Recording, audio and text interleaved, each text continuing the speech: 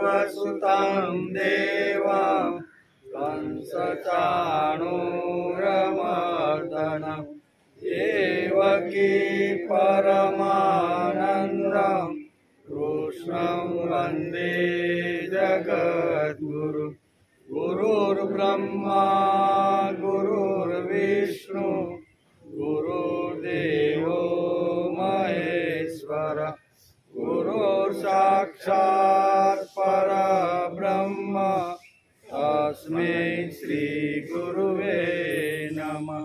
नारायणं नमस्कृत्यं नरं चैव नरोत्तमं देवीं सरस्वतीं व्यासं ततो जयमुदीरये ततो जयमुदीरये।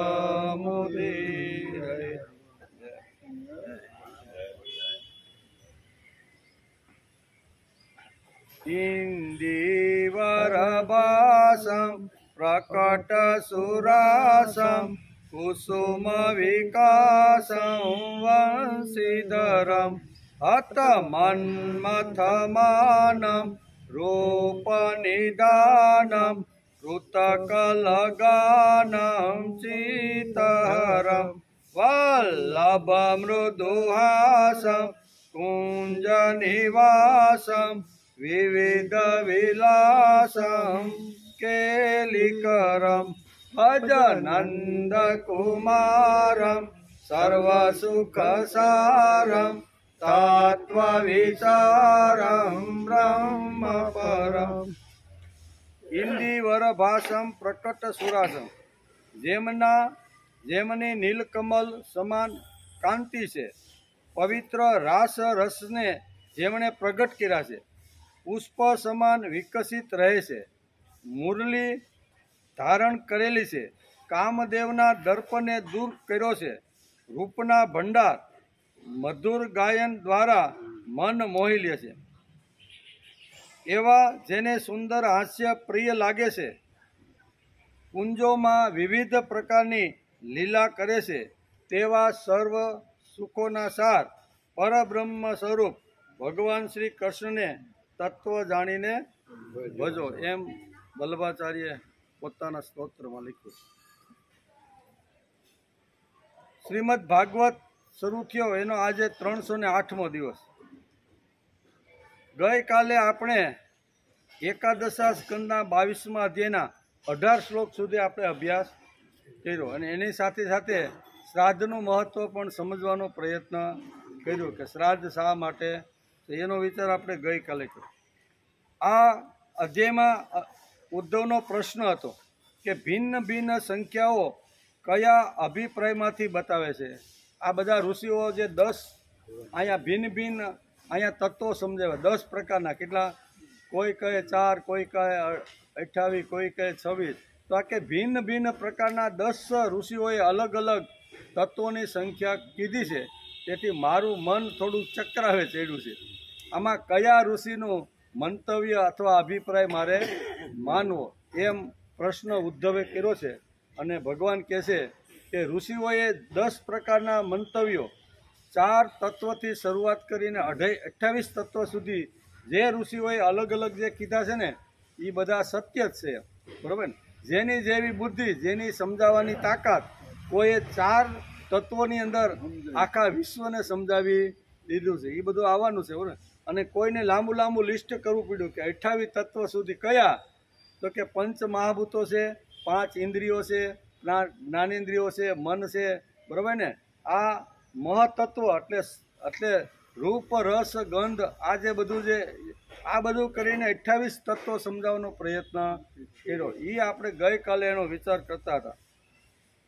पृथ्वी जल वायु आकाश अग्नि अहंकार महतत्व प्रकृति आ 9 प्रकारना तत्वो एनी साथे क्षोत्र त्वचा चक्षु नासिका जीभ ज्ञानेन्द्रिय वाणी हाथ पग पायु उपस्थ अने कर्मेन्द्रिय तथा मन आ प्रमाणे 11 तत्वों।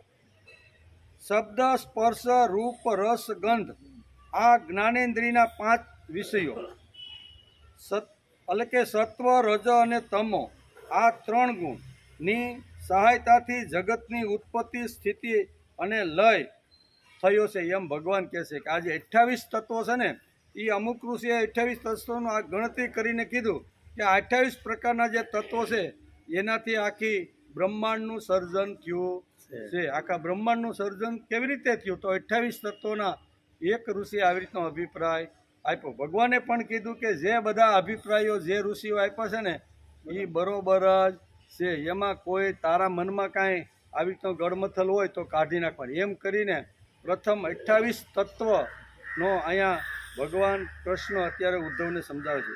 અહીંયા સુધી આપણે ગઈકાલે પહોંચ્યા હતા. આગળ કહે છે, મહાતત્વ વગેરે જેટલા પણ પ્રકૃતિના વિકાર ઉત્પન્ન થયા છે તે પુરુષ તત્વમાંથી બળ સંપાદન કરી સમૂહમાં ભળીને પુરુષના ઈક્ષણમાં એટલે કે અવલોકનમાં બ્રહ્માંડની રચના કરે છે. આમ કરી અને અહીંયા 18મા શ્લોકની અંદર ભગવાને ઉદ્ધવને આ વાત કરી. આજે આપણે 19મા શ્લોકથી શરૂઆત કરવાની છે, બરોબર ને? ઇતિ તત્રાથા પંચ આદય જ્ઞાનમાત્મો મયા ધારસ તતો દેહેન્દ્રિયાસવ ષડિત્ય ત્રાતિભૂતાની પંચષષ્ટ પરપુમાન તેર્યુક્ત આત્મસંભૃતે સૃષ્ટવેદમ સમુવાસિત. હે ઉદ્ધવજી, લોકો તત્વોની સંખ્યા 7 કહે છે. ઘણા ઋષિઓએ તમારો પ્રશ્ન જે છે ને કે 4 તત્વોમાં કીધેલી જે વાતો છે એ અને 28 તત્વો સુધીમાં કીધેલી વાત છે.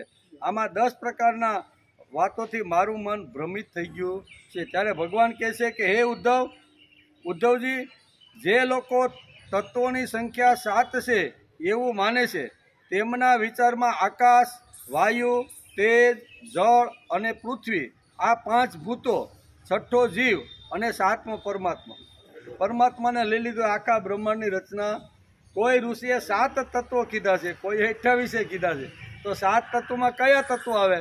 તો આ તત્વનું વર્ણન ભગવાન ઉદ્ધવને સમજાવે છે. આમ કરીને 7 તત્વો છે. દેહ, ઇન્દ્રિયો અને પ્રાણાદિની ઉત્પત્તિ તો પંચભૂતોથી થઈ છે, તેથી તેને અલગ માનતા નથી. એને આમાં સમાવી લીધું છે એમ કે. તેથી એના આ 7 તત્વો છે. જે માત્ર 6 તત્વોનો સ્વીકાર કરે છે તે કહે છે કે 5 ભૂત અને 6ઠ્ઠો પરમાત્મા. બીજું કાંઈ વચ્ચે 5 ભૂત, બરોબર ને? 5 ભૂત અને 6ઠ્ઠો પરમાત્મા, એટલે આ 6 થઈ ગયા. એટલે કોઈ ઋષિએ આવું વિશેષણ કર્યું છે. આ પરમાત્મા પોતાના બનાવેલા 5 મહાભૂતોથી મળીને શરીર વગેરેની રચના કરે છે, બરોબર? 5 ભૂત એટલે આપણે કહીએ ને કે માણસ જ્યારે મૃત્યુ પામે છે અને એનો અગ્નિ સંસ્કાર કરવામાં આવે છે ત્યારે પંચમહાભૂતમાં એનું શરીર આખું વિલીન થઈ જાય છે, બરોબર? પાણીમાં, અગ્નિમાં, વાયુમાં, બરોબર? આ 5 જે ભૂતો છે એની અંદર વિલીન થઈ જાય છે. અને 6ઠ્ઠા કોણ છે? તો કે 6ઠ્ઠા પરમાત્મા. એટલે કોઈ ઋષિએ આ 6ની પણ વાત કરી છે. આ પરમાત્મા પોતાના બનાવેલા 5 મહાભૂતથી મળીને શરીર વગેરેની રચના કરે છે અને તેમાં જીવ રૂપે પ્રવેશ કરે છે. આ મત પ્રમાણે જીવનો પરમાત્મામાં અને શરીર વગેરેનો પંચમહાભૂતમાં સમાવેશ થઈ જાય છે. જે લોકો કારણના રૂપમાં 4 જ તત્વોનો સ્વીકાર કરે છે, કેટલા? 4 જ તત્વોનો સ્વીકાર કરે છે તે કહે છે કે આત્માથી તેજ, જળ અને પૃથ્વીની ઉત્પત્તિ થઈ છે. આત્માથી જળ, તેજ અને પૃથ્વીની ઉત્પત્તિ થઈ છે. અને જગતમાં જેટલા પદાર્થો બધા તેમાંથી જ ઉત્પન્ન થાય છે. બધા કાર્યોનો તેમાં સમાવેશ કરી લે છે. તેથી 4 તત્વોની વાત પણ સત્ય છે એમ ભગવાન કહે છે. જે લોકો તત્વની સંખ્યા 17 બતાવે છે તેઓ આ પ્રમાણે કહે છે. કારણ કે 10 ઋષિઓનું વર્ણન અહીંયા ઉદ્ધવે પૂછ્યું છે કે 10 ઋષિઓએ અલગ અલગ તત્વો સમજાવ્યા છે. 4થી શરૂઆત કરીને 28 તત્વો અલગ અલગ ઋષિએ કીધા છે. તો એમાં મારો થોડોક સંશય છે, એનું સમાધાન કરો. એટલે ભગવાન એક જે કાંઈ 10 તત્વો છે એ તત્વો કેવી રીતના ઉત્પન્ન થયા, કેવી રીતના 10 ઋષિઓએ કીધેલા તત્વો સત્ય છે એનું વર્ણન ભગવાન કરે છે. ભગવાન કહે છે કે હે ઉદ્ધવ, જે લોકો તત્વોની સંખ્યા 17 બતાવે છે તેઓ આ પ્રમાણે કહે છે: 5 ભૂત, 17 તત્વો ગણી લેજો. 5 ભૂત, 5 તન્માત્રાઓ, શબ્દ, સ્પર્શ, રૂપ, રસ અને ગંધ. 5 તન્માત્રાઓ, 5 જ્ઞાનેન્દ્રિયો, એટલે કેટલા થયા? 15. એક મન અને બીજો આત્મા. આ 17 તત્વો થઈ ગયા. તો ઘણા ઋષિએ 17 તત્વથી આ બ્રહ્માંડની અથવા મનુષ્યનો જે પિંડ છે, મનુષ્ય શરીર, એની રચના આ 17 તત્વોથી થઈ છે. એ પણ એક સત્ય વાત છે એમ છે. જે લોકો આ તત્વોની સંખ્યા 16 કહે છે તેમની ગણતરી પણ આ જ પ્રમાણે છે. ફરક માત્ર એટલો છે કે તેઓ આત્મામાં મનનો પણ સમાવેશ કરી લે છે. મનને અલગ ગણતા નથી. આ 17 તત્વોમાં 5 જ્ઞાનેન્દ્રિય, 5 કર્મેન્દ્રિયની જે અહીં વાત કરી અને પંચ મહાભૂતોની એમ કરી મન અને આત્મા ગણીને 17 કીધા છે. તો અહીં ભાગવતકાર વેદવ્યાસ લખે છે અને ભગવાન ઉદ્ધવને કહે છે કે આમાં માત્ર ફરક એટલો છે, મનને આની અંદર ગણતરી કરવામાં આવતી, સીધું પરમાત્મા એમ. જે 15 જે તત્વ છે, 5 તેરી 15 અને 16માં સીધા ભગવાન પરમાત્મા એમ કરીને અહીં કહે છે. ફરક માત્ર એટલો છે કે તેઓ આત્મામાં મનનો સમાવેશ કરી લેશે અને આ પ્રમાણે તેમના અનુસાર તત્વોની સંખ્યા 16 છે. જે લોકો તત્વની સંખ્યા 13 માને છે તેઓ કહે છે આકાશાદી, 5 ભૂત, શ્રોત્રાદ્રિ, 5 જ્ઞાનેન્દ્રિયો, 1 મન અને 1 જીવાત્મા અને 1 પરમાત્મા. આ 13 તત્વો થયા. એટલે 13 તત્વો જે ઋષિએ કીધા છે તત્વના, એ પણ સત્ય છે એમ. શ્રોત્રાદિ 5 એ પણ સત્ય છે. મન, 1 જીવાત્મા અને 1 પરમાત્મા, આ 13 તત્વો છે. 11ની સંખ્યા માનવાવાળાઓ 5 ભૂત, 5 જ્ઞાનેન્દ્રિયો અને આ સિવાય 1 આત્માનું અસ્તિત્વ કરાવે, સીધું આત્માનું. એમાં બુદ્ધિ કે મનને વચ્ચે લાવતા નથી. 5 ને વત્તા 1 એટલે 11. એટલે કે 5 જ્ઞાનેન્દ્રિયને આ સિવાય 1 આત્માનું અસ્તિત્વ સ્વીકારે છે. જે લોકો 9 તત્વો માને છે તેઓ આકાશાદી 5 ભૂત અને મન, બુદ્ધિ, અહંકાર, આ 8 પ્રકૃતિઓ અને 9મો પુરુષ, એમ 9 તત્વો ઋષિઓ પણ ઘણીવાર 9 તત્વોમાં માને છે. હે ઉદ્ધવજી, આ પ્રમાણે ઋષિ મુનિઓએ ભિન્ન ભિન્ન પ્રકારે તત્વોની ગણના કરી છે. બધાનું કહેવું ઉચિત જ છે, કારણ કે બધાની સંખ્યા તર્કયુક્ત છે, બુદ્ધિયુક્ત છે. બધાએ જે તર્કયુક્ત જે કીધું ને એ તર્કયુક્ત છે. જે લોકો તત્વજ્ઞાની છે તેમને કોઈ પણ મતમાં બુરાઈ દેખાતી નથી. તેમના માટે તો બધું બરાબર. આ 10 ઋષિઓએ તત્વોની જે સંખ્યાની ગણતરી કરી એ ભગવાન ઉદ્ધવને સમજાવી દીધી કે 10 ઋષિઓએ અલગ અલગ રીતે તત્વની ગણતરી કરી છે. એ મેં તમને સમજાવી દીધી. હવે તમારા મનની અંદર કાંઈ પ્રશ્ન હોય તો તમે કહી શકો છો. 7 છે, 9 છે, 11 છે, 13 છે, 16, 25, 26 ને 28, આ 10 પ્રકારના તત્વોની ગણતરી અહીંયા મેં તમને કરી બતાવી છે. હવે તમારા મનમાં આ બાબતમાં કોઈ સંશય હોય, તમારા મનની અંદર કાંઈ ગૂંથવણ હોય તો તમે મને કહી શકો છો. તેથી આ જે આખો સ્કંદ છે ને, આપણે પહેલી વાર જ પણ કીધું, સ્કંદની શરૂઆત થઈ જાય કે જ્ઞાનથી ભરેલો આ આખો સ્કંદ છે. 31 અધ્યાય જે ભગવાને જે ઉદ્ધવને કીધા છે, ઉદ્ધવ ગીતા નામથી પ્રસિદ્ધ છે. અને વેદ વ્યાસે 31 અધ્યાયમાં જ્ઞાનની પરાકાષ્ઠા સમજાવી છે. જ્ઞાન કોને કહેવાય, જ્ઞાનની અંદર કઈ કઈ વાતો આવે ને, એ ગુઢ જ્ઞાન પણ ભગવાને આ અધ્યાયોમાં ઉદ્ધવને કહ્યું છે. એટલે હવે તમારો કાંઈ પ્રશ્ન હોય આ બાબતમાં તો તમે પૂછી શકો છો. ઉદ્ધવ બોલ્યા: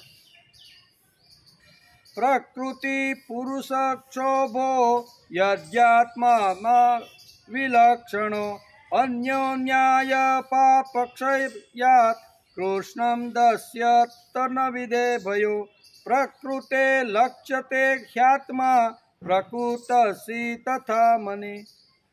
ઉદ્ધવ કહે છે કે હે ભગવાન, હે કમળનયન શ્રી કૃષ્ણ, આ પ્રમાણે મારા હૃદયમાં પ્રકૃતિ અને પુરુષની ભિન્નતા અને અભિન્નતાના સંબંધમાં બહુ મોટો સંશય છે. પ્રકૃતિ અને પુરુષ, બરોબર, એમાં બહુ મોટો મારા મનમાં સંશય છે. પ્રકૃતિ અને પુરુષની ભિન્નતા અને અભિન્નતાના સંબંધમાં મારો મોટો સંશય છે. આપ તો સર્વજ્ઞ છો. કેવા? તમે તો બધું જાણીને બેઠા, તમે સર્વજ્ઞ છો. આપની તર્કયુક્ત વાણીથી મારા આ સંશયનું નિવારણ કરવાની કૃપા કરો. પ્રકૃતિ અને પુરુષ અહીંયા કે અભિન્ન બતાવવામાં આવ્યા છે. પુરુષ પણ જુદો, પ્રકૃતિ પણ જુદી. તો મારા મનની અંદર આ મોટો સંશય છે, તેનું તમે સર્વજ્ઞ હોવાથી મારા મનનું તમે નિરાકરણ કરો.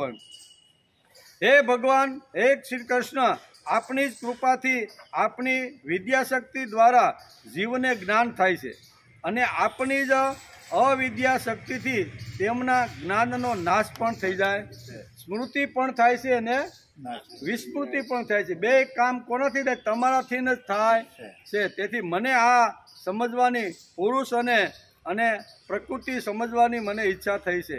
એટલે તમારાથી જ્ઞાન થાય છે અને તમારાથી એ લય થાય છે.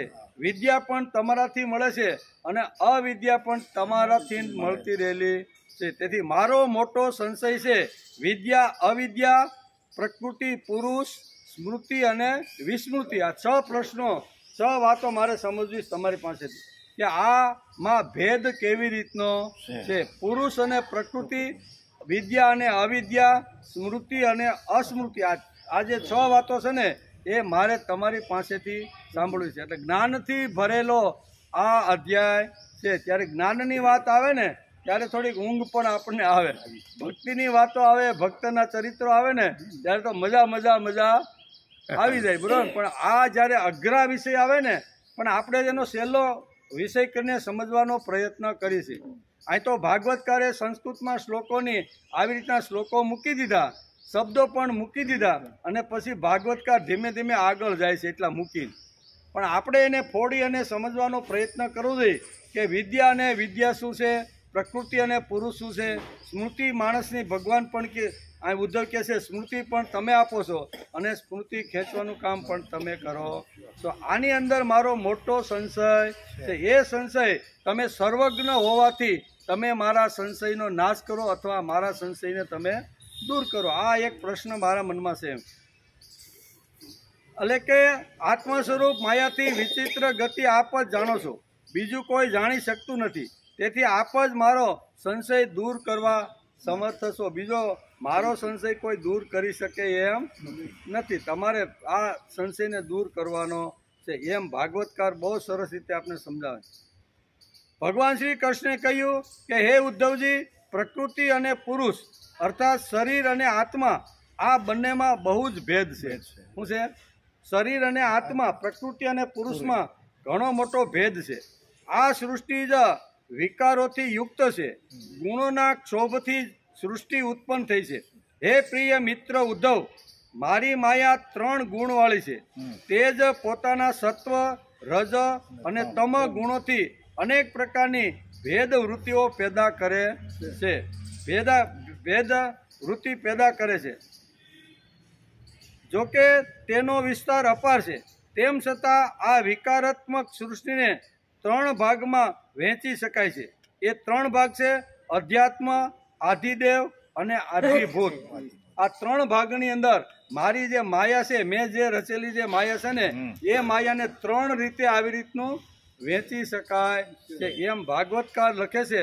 અને ભગવાન અહીંયા ઉદ્ધવને કહે છે કે મારી માયા બહુ આવી રીતની ગૂઢ છે, સમજી શકાય એવી નથી. પણ જો સરળ રીતે જો સમજવાની હોય તો આધિદૈવિક, આધિભૌતિક અને આધ્યાત્મિક, આ 3 પ્રકારે મેં એનું વિભાજન માયાનું કરેલું છે. એમ કરીને ભગવાન એને સમજાવે છે કે આવી રીતના 3 પ્રકારની માયા છે. તે જ પોતાના સત્વ, રજ આદિ ગુણોથી અનેક પ્રકારની ભેદવૃત્તિ પેદા કરે છે. જોકે તેનો વિસ્તાર અપાર છે, છતાં પણ વિકારાત્મક સૃષ્ટિથી 3 વિભાગમાં વહેંચી શકાય છે: અધ્યાત્મ, આધિદેવ અને અધિભૂત. ઉદાહરણ તરીકે સાંભળ કે નેત્રેન્દ્રિય અધ્યાત્મ છે, તેનો વિષય રૂપ અધિભૂત છે. બરોબર, નેત્ર એટલે આપણે આંખનું દ્રષ્ટાંત અહીં આપે છે કે નેત્રેન્દ્રિય અધ્યાત્મ છે, તેનો વિષય રૂપ અધિભૂત છે, અને નેત્ર ગોલકમાં સ્થિત સૂર્યદેવનો અંશ અધિદેવ છે. આ ત્રણે ત્રણ એકાબીજા વગર રહી શકતા નથી. એકાબીજાનો ત્રણે આધાર લેવો પડે છે. એ ત્રણેય પરસ્પરસ છે. આ ત્રણ જો સિદ્ધ કરવાના હોય તો એકથી થતું નથી. બરોબર, તો ત્રણનો આધાર લેવો પડે છે. તેથી અધ્યાત્મ, આધિદેવ અને આધિભૂત એ ત્રણે પરસ્પરસ એકબીજાની મદદ ઈચ્છે છે. પરંતુ આકાશમાં સ્થિત સૂર્યમંડળ આ ત્રણેયની અપેક્ષાએ મુક્ત છે. સૂર્યમંડળ આપણે આકાશમાં જોઈએ તો સૂર્ય જે પ્રકાશિત થઈ રહેલો છે એનાથી કંઈક જુદો છે. એમ કે પરસ્પર એકબીજાની મદદ કરે છે, પરંતુ આકાશમાં સ્થિત સૂર્યમંડળ આ ત્રણેયની અપેક્ષાએ મુક્ત છે. એને કોઈ બંધન નથી. પોતે મુક્ત છે, હરે છે, ફરે છે, સમયસર ઉગે છે, સમયસર આત્મે છે. દુનિયાને અબજો કેલર ગરમી શક્તિઓ આપે, આ બધું અલગ છે. કારણ કે તે સ્વસિદ્ધ છે, પોતે સ્વસિદ્ધ છે. અહીં ભગવાન કહે છે કે સૂર્ય પોતે સ્વત સિદ્ધ છે. તે જ પ્રમાણે આત્મા પણ ઉપર જણાવેલા ત્રણ ભેદનું મૂળ કારણ છે, તેમનો સાથી અને તેમનાથી પર છે. તે જ પોતાના સ્વયં સિદ્ધ પ્રકાશથી સમસ્ત પદાર્થોને સિદ્ધ કરે છે. આત્મા સાથે સૂર્યને અહીં શું કહેવાય સરખાવવામાં આવ્યું છે. સૂર્યનું મહત્વ કેટલું છે એ ભાગવતકાર વેદવ્યાસ અહીં સમજાવે છે.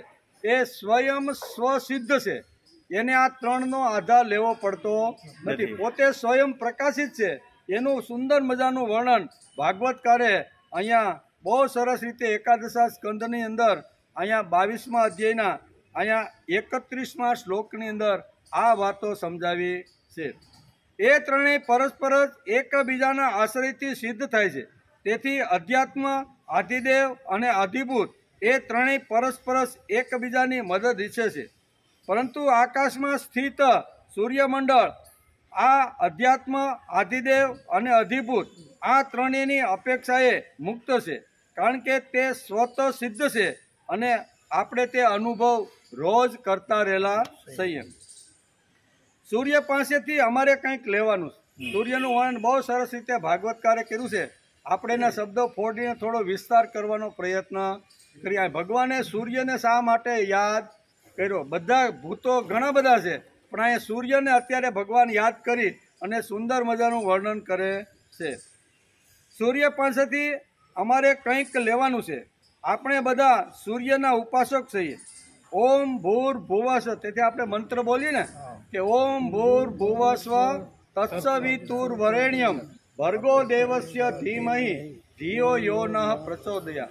આ સૂર્યદેવની સ્તુતિ છે, સૂર્યદેવની પ્રાર્થના છે કે હે સૂર્યદેવ, તમારી પાસે અઢળક આવી રીતની શક્તિઓ છે અને એ શક્તિઓથી અમારા શરીરમાં તમે બધી શક્તિ ભરી દો. આ પ્રાર્થના છે.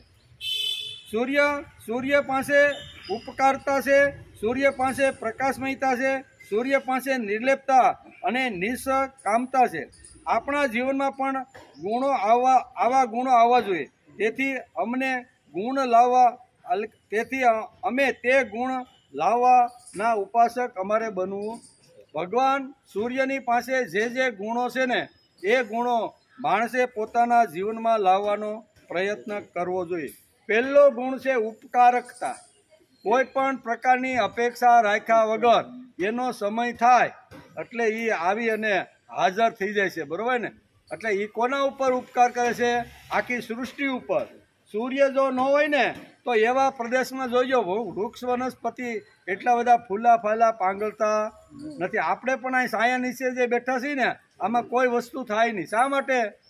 કે એ જો પાંગરવા હોય તો એને સૂર્યનો પ્રકાશ જોઈએ. સૂર્યના પ્રકાશ વગર કોઈ વસ્તુ ફાલી ફૂલીને ફળ ફૂલ આવતા નથી. એટલે અહીં કહે છે કે સૂર્ય પાસેથી પહેલી જો કોઈ વાત હોય તો એ ઉપકારકતા છે.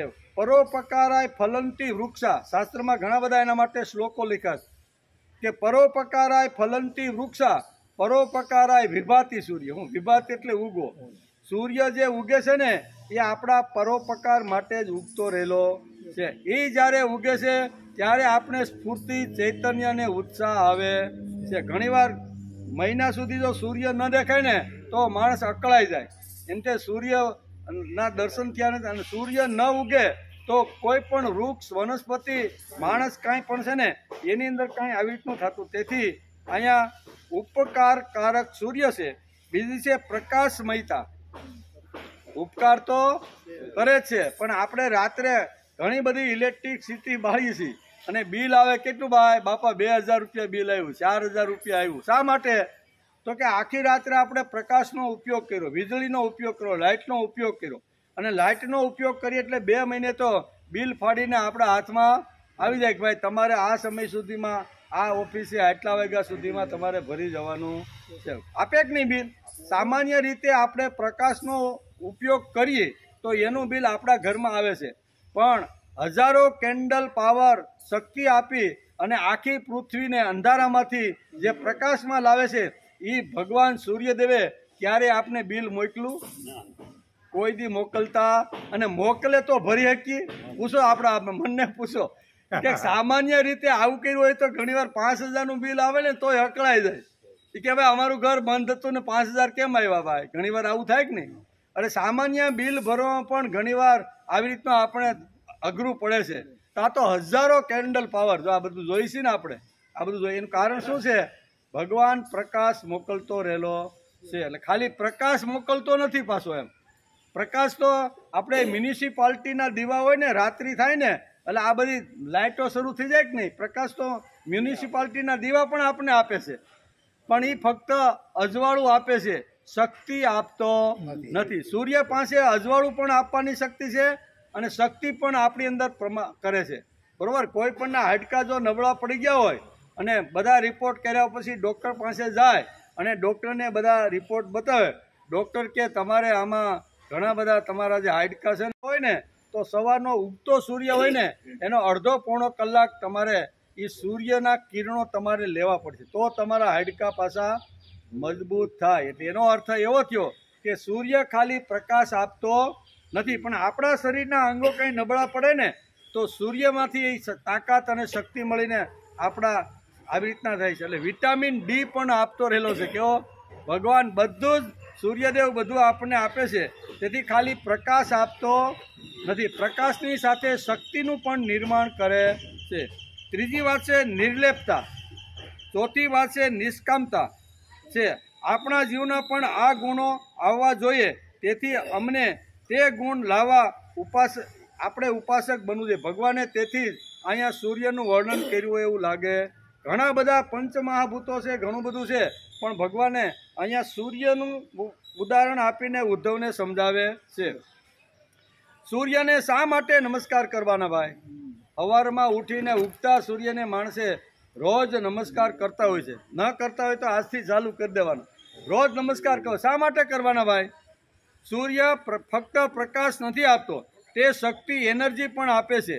1 સેકન્ડમાં 2 લાખ ટન શક્તિ એ ધરતી ઉપર ઉગ્યા પછી ફેંકે છે. કેટલી? 1 સેકન્ડની અંદર 2 લાખ કેન્ડલ એટલે કે શક્તિ આપે. આટલી તાકાત એની અંદર છે અને એ શક્તિથી માણસ હસતો રમતો કિલોલ કરતો આવી તો હરીફરી શકે છે. વૃક્ષ વનસ્પતિ ઉપર ફળ લાગે, ફૂલ લાગે. એનું કારણ શું છે કે 1 સેકન્ડની અંદર 2 લાખ ટન કેલેરી આવી રીતની શક્તિ એ ત્યાંથી મોકલતો રહેલો છે. તેથી રોજ સવારે ઉઠી અને પહેલો નમસ્કાર આદિદેવને કરવો. કેવા દેવ છે એ? જીવતા જાગતા આદિદેવ છે. બીજા ભગવાનને કદાચ મંદિરમાં દેખાય કે ન દેખાય, આપણા ઘરમાં રાખેલું નાનું મંદિર હોય એમાં પ્રત્યક્ષ પ્રગટ થઈને દેખાય કે ન દેખાય, બરાબર? એવી શક્તિ હોય તો દેખાય. એને પણ ભગવાનને પણ ત્યાં પ્રગટ થવું પડે. પણ એક આ જીવતા જાગતા જે દેવ છે ને એ કેવા છે? સૂર્યદેવ. એ જીવતો જાગતો, હાલતો ચાલતો, હરતો ફરતો આપણે ગમે ત્યારે એના દર્શન પણ કરી શકીએ છીએ. પણ સવારમાં બહુ એનું મહત્વ છે. અડધો પોણો કલાક સૂર્ય ઉગતો હોય ને ત્યારે એના આવી રીતના જે કિરણો છે ને એ કિરણો લેવા જોઈએ. પછી જો વધારે તપી ગયેલો હોય ને તો પછી બીજા રોગ પાછા ઊભા કરે. એટલે શાસ્ત્રકારો કહે છે કે ઉગતા સૂર્યને નમસ્કાર એટલા માટે, સૂર્ય ઉગતો હોય, બે હાથ જોડેલા હોય, અડધો પોણો કલાક એની સ્તુતિ અર્ચન સંધ્યા જે કાંઈ હોય બધું હાલતું હોય, બરાબર ને?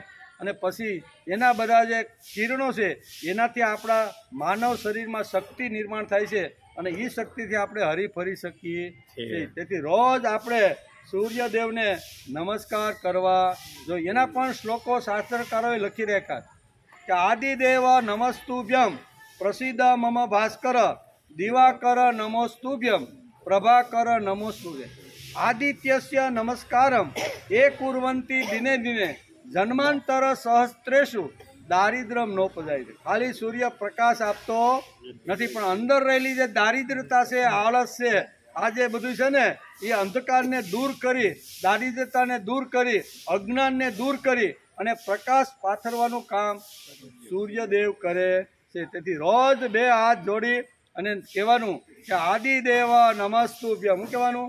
કે હે આદિદેવ, મારા તમને વારંવાર નમસ્કાર કે આદિદેવ નમસ્તુભ્યમ પ્રસિદ્ધ મમ ભાસ્કર. ભાસ્કર એટલે સૂર્યનું બીજું નામ છે ભાસ્કર. કે હે ભાસ્કર, હે આદિદેવ, તમે મારું કલ્યાણ કરો. મારા જીવનમાં જે કાંઈ અંધકાર છવાઈ ગયો છે, અજ્ઞાન છે, કાંઈ વહેમ છે, જે કાંઈ પાખંડ છે એ કાઢી અને એ બધા ઉપર તમે અજ્ઞાન ઉપર જ્ઞાનનો પ્રકાશ ફેલાવવાનો પ્રયત્ન. આમ ભગવાનને બે હાથ જોડીને સ્તુતિ કરતી વખતે આ શ્લોક આપણે બોલવો જોઈએ કે આદિદેવ નમસ્તુભ્યમ પ્રસિદ્ધ મમ ભાસ્કર દિવાકર નમસ્તુભ્યમ પ્રભાકર.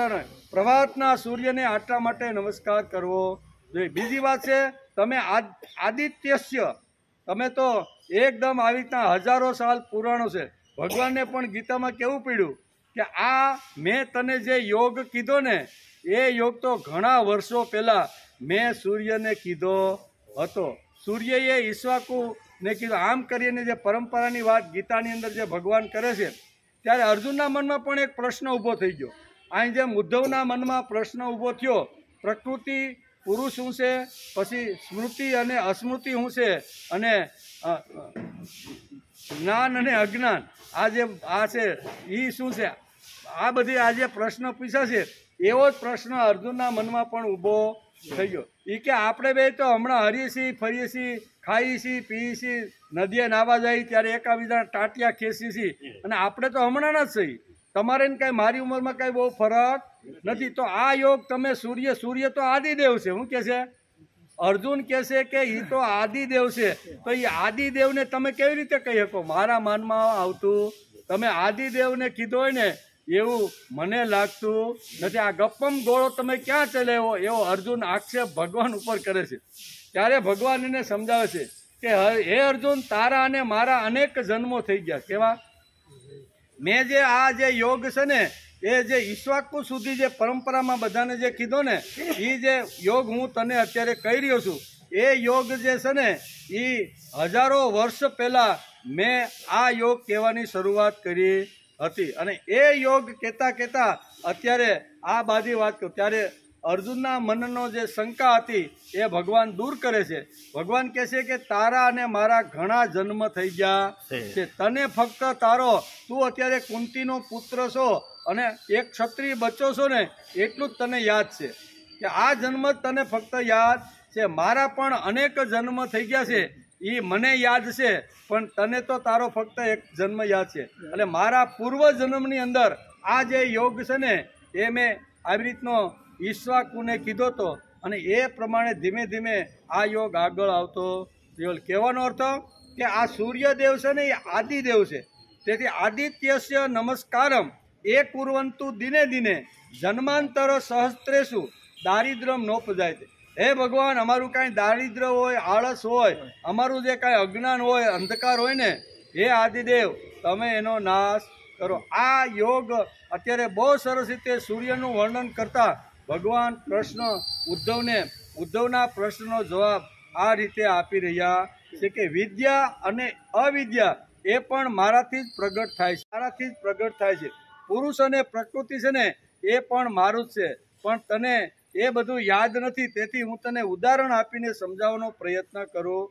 તો આમ હળવી ભાષાની અંદર અહીંયા ભગવાન કૃષ્ણ ઉદ્ધવને આ વાત સમજાવે છે.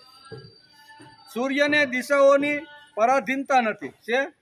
એને કાંઈ દિશાઓની પરાધીનતા નથી. નાના ઉગતો ઉગતો ધીમે ધીમે આવ્યો અને ભારતની બોર્ડર આવી અને વાઘા બોર્ડર પછી સીધો પાકિસ્તાન શરૂ થઈ જાય એટલે સૂર્યદેવ એમ કહે છે કે નાના હું ભારતના લોકો માટે જ ઉત્પન્ન થયો છું. ઉગવાનું કારણ ભારત માટે. હું પાકિસ્તાનમાં કાંઈ પ્રકાશ આપવાનો એને કાંઈ બંધન ખરું?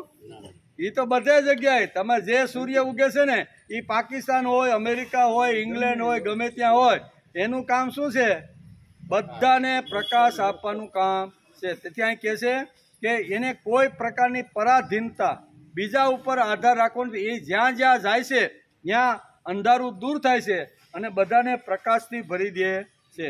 સૂર્યનું જીવન નિયમિત છે. કેવું?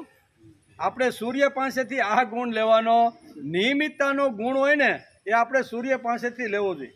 આપણે વ્યવહારમાં પણ જો કોઈને કઈ જગ્યાએ આવવા જવાના જો સમય નક્કી થયો હોય ને તો એ સમય માણસે પાળવાનો પ્રયત્ન કરવો જોઈએ.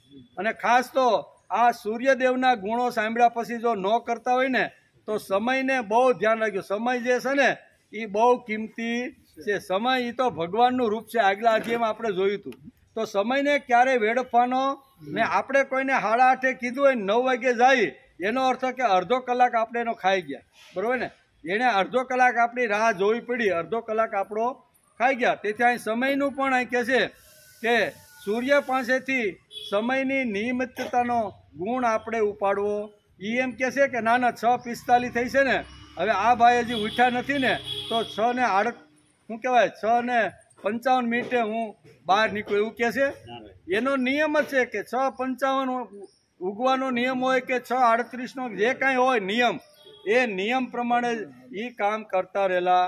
એણે આપેલો સમય છે એ સમય પ્રમાણે એનું ચાલતું રહેલું છે. તેથી કહે છે સૂર્યનું જીવન નિયમિત છે. એ આપણો શિક્ષક છે. કેવો? સૂર્ય જ આપણો મોટામાં મોટો શિક્ષક કોઈ હોય ને તો સૂર્યદેવ આપણા શિક્ષક છે. આ બધું એની પાસે શીખવાનું.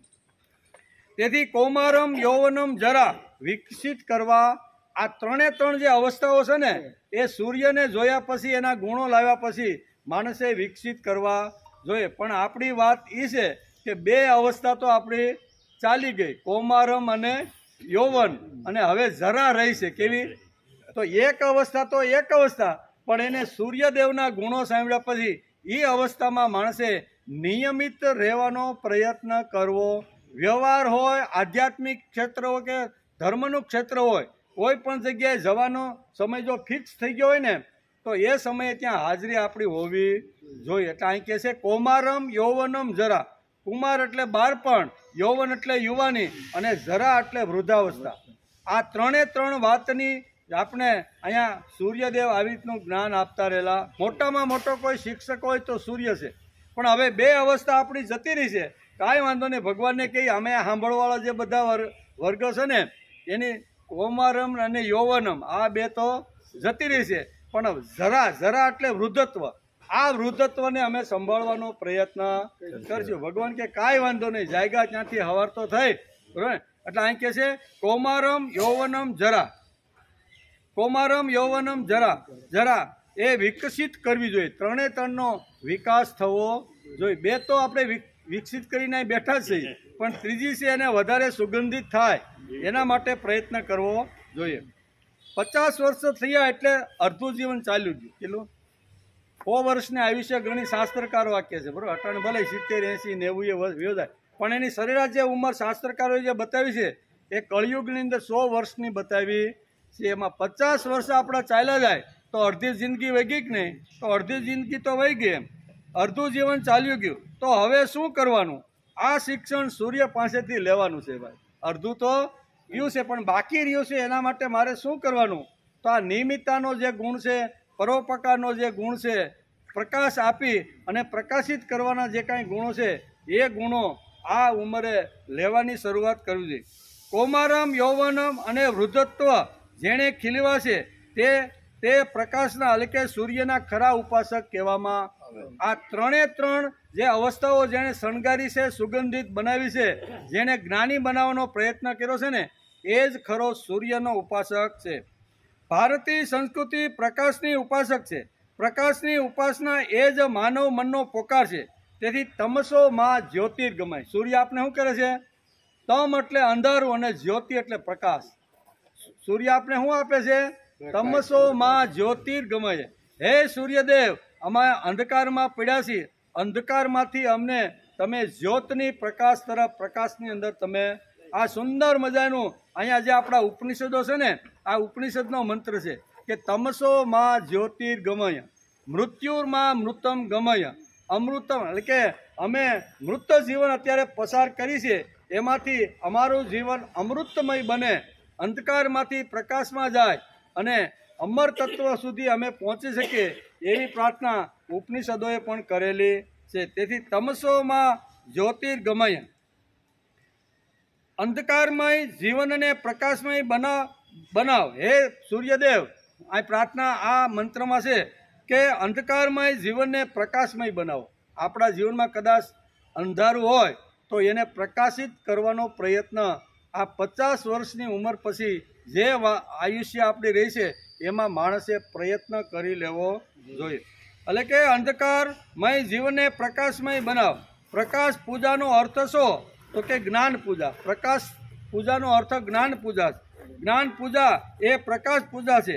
તેથી ગાયત્રી મંત્રમાં લખ્યું છે ધિયો યો નઃ પ્રચોદયા. શું લખ્યું છે? ધિયો યો નઃ પ્રચોદયા. પ્રકાશમાં બધું દેખાય છે. આ બધું પ્રકાશ દેખાડે છે, તેને પ્રકાશ કહે છે. આપણા જીવનમાં સૂર્યનો પ્રકાશ છે, તેથી જ આપણે બધું જોઈ શકીએ છીએ. અંધારામાં ગમે તે વસ્તુ પડેલી હોય તો એ આપણે દેખાતી નથી, પણ સૂર્ય સાપને પણ દૂરથી આપણે જોઈ અને એનાથી દૂર રહેવાનો પ્રયત્ન કરશું. પણ અંધારામાં કદાચ આપણે જતા હોઈએ અને સાપના આવી રીતના કોઈ મળે તો આપણે જોઈ શકતા નથી. તેથી અહીં શાસ્ત્રકારો લખે છે કે આપણા જીવનમાં પ્રકાશ હશે તો અજ્ઞાનના અંધકારમાં કેટલા સાપ બેઠા છે તે દેખાશે. જે બધું જુએ છે તેને પ્રકાશનો પૂજક કહે છે. તેથી માણસે અહીંયા ધિયો યો નઃ પ્રચોદયા કે હે ગાયત્રી માતાની અહીંયા ઉપાસના છે કે ગાયત્રી માતાને વંદન કરી અને શું તો આ સાપ આપણને દેખાશે નહીં. પણ હવે સૂર્ય પ્રકાશ થયો છે, તેથી આ પ્રકાશમાં અજ્ઞાન છે, વેમ છે, પાખંડ છે, આ બધા સાપ આપને દેખાય છે. તેથી એનાથી દૂર રહેવાનો પ્રયત્ન કરવો. તમસો માં જ્યોતિર્ગમય આવો શબ્દ વાપરો. તમસો એટલે અંધકાર, તમસો એટલે વેમ, તમસો એટલે પાખંડ અને તમસો એટલે ચમત્કાર. આ 4 વાતો તમસોના પેટના પાયામાં આવેલી છે. આનાથી તમે અમને દૂર રાખો અને આની અંદર અમારી અંદર પ્રકાશ થાય અને અજ્ઞાનની જગ્યાએ જ્ઞાન આવે. બરોબર? અજ્ઞાનની જગ્યાએ શું આવે? જ્ઞાન. અમારા જ્ઞાનના અમે ઉપાસક છીએ. સૂર્યની પાસે કોલાહલ નથી છે. સૂર્યની પાસે કોઈ કોલાહલ નથી. અમારી બુદ્ધિની પાસે અવાજ નથી, પણ જુદી જુદી વાતો જોતા અવાજ ઊભો થાય છે. બરોબર ને? અત્યારે આપણી બુદ્ધિની આજુબાજુમાં કોઈ કોલાહલ નથી, પણ આપણે જુદી જુદી કોઈ વાતો જોઈ તો એમાંથી કોલાહલ ઉત્પન્ન થઈ જાય છે. સૂર્ય પાસે જેમ કોલાહલ નથી તેમ આપણી બુદ્ધિ પાસે પણ કોલાહલ નથી. પણ સમાજમાં જ્યારે હરીફરી જ્યારે કોઈના સંપર્કમાં આવીને ત્યારે ચારે બાજુથી કોલાહલ આપણે સંભળાય છે. અર્જુનના મનમાં પણ કોલાહલ નહોતો. એ એટલો ઉત્સાહ, સ્ફૂર્તિ અને ચૈતન્ય લઈ અને ભગવાનને કહે છે કે હવે તમે કુરુક્ષેત્રમાં મારો રથ લઈને ચાલો. આટલો ઉત્સાહ, આટલી સ્ફૂર્તિ, આટલું ચૈતન્ય, આટલું બધું લઈ અને ભગવાન એના રથને લઈને કુરુક્ષેત્રમાં આવે છે. કુરુક્ષેત્રમાં એટલો કોલાહલ જોયો. એક બાજુ 11 અને એક બાજુ 7 અક્ષરની સેના જોઈ, કોલાહલ જોયો અને એની બુદ્ધિની અંદર ભ્રમ પેદા થઈ ગયો. અત્યાર સુધી એના મનમાં કોલાહલ નહોતો. એક જ વાત હતી કે કૌરવોએ જે આતતાઈ છે અમારી પાસેથી ઝૂકટું રમીને ખોટી રીતે અમારું રાજ્ય જેને હડપ કરી લીધું છે, અમારી પતિવ્રતા પત્ની હતી એને ખુલ્લે આવી રીતનો એનો પતિવ્રતા ભંગ કરવાનો પ્રયત્ન કર્યો છે. ઝેરથી મારી નાખવાના પ્રયત્ન કર્યા છે. અગ્નિમાં ખલાસ કરી અમને યમપુરી પહોંચાડવાનો આ હરામખોરોએ પ્રયત્ન કર્યો છે. તેથી ભગવાનને કહે છે, ઉત્સાહ, સ્ફૂર્તિ અને ચૈતન્ય લાવેલો અર્જુનને કહે છે કે હે ભગવાન, આ બધા જે છે ને એને ઘડીના 6થા ભાગમાં હમણાં હણીને હું હસ્તિનાપુરની ગાદી હસ્ત કરી. આવા ઉત્સાહ, સ્ફૂર્તિ અને ચૈતન્યથી ઉત્સાહથી લઈને કુરુક્ષેત્રના મેદાનમાં આવે છે. અને કુરુક્ષેત્રના મેદાનમાં આવ્યા પછી ચારે બાજુથી શંખનાદનો અને કોલાહલ શરૂ થઈ ગયો. કોલાહલ શરૂ થયો એટલે વિચારવા લાગ્યો કે અત્યાર સુધી બુદ્ધિની અંદર આ કોલાહલ નહોતો અને હવે આવ્યો ક્યાંથી? આ કોલાહલ થવા લાગ્યો એટલે ભગવાનને કહે છે કે કાંઈ વાંધો નહીં ભગવાન, મારો રસ્તો તમે મધ્ય હા હા એ વિડીયો બંધ કરી દીધો છે. હા ખાલી બેનોનો લઈ લો ને એટલો.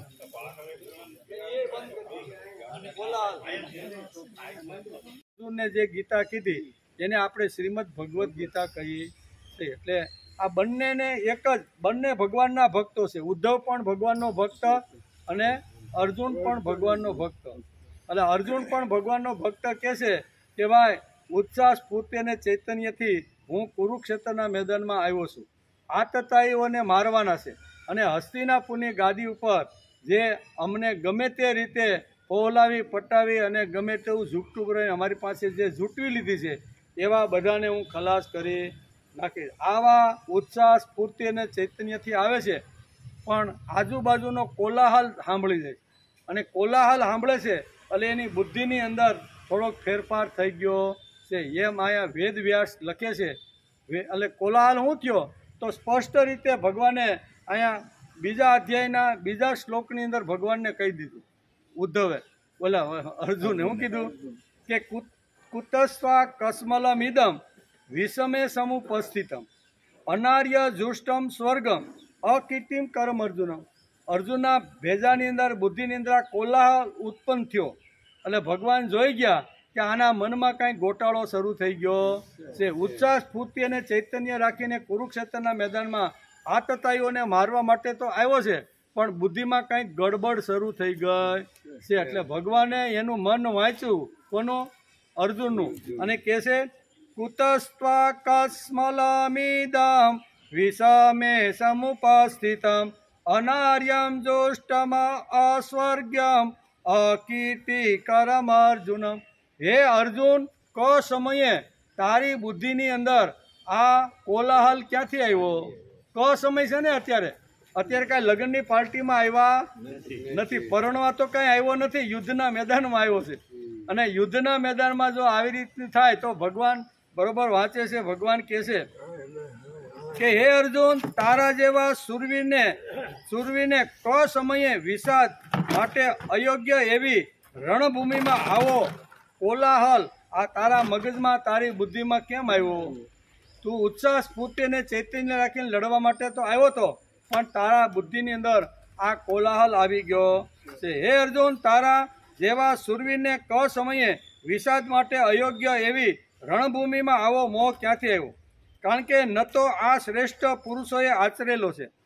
શ્રેષ્ઠ પુરુષો જેને આચરતા નથી ને એવો કોલાહલ તારી બુદ્ધિની અંદર આવી ગયો છે. 3 પ્રકારનો કોલાહલ તારી બુદ્ધિમાં આવ્યો છે. એમ ભગવાન કઈ કે તું જે વિચાર કરી રહ્યો છે કે મારે લડવું નથી, બરોબર, તો તું નહીં લડવાની જે વાત કરે છે ને એનાથી તને સ્વર્ગ પણ મળવાનો નથી. લડી અને જો બીકણ વૃત્તિથી ભાગી અને મેદાન છોડીને જઈશ ને તો તું સ્વર્ગને પણ પામનારો નથી. બીજી વાત છે, તને યશ પણ મળવાનો નથી.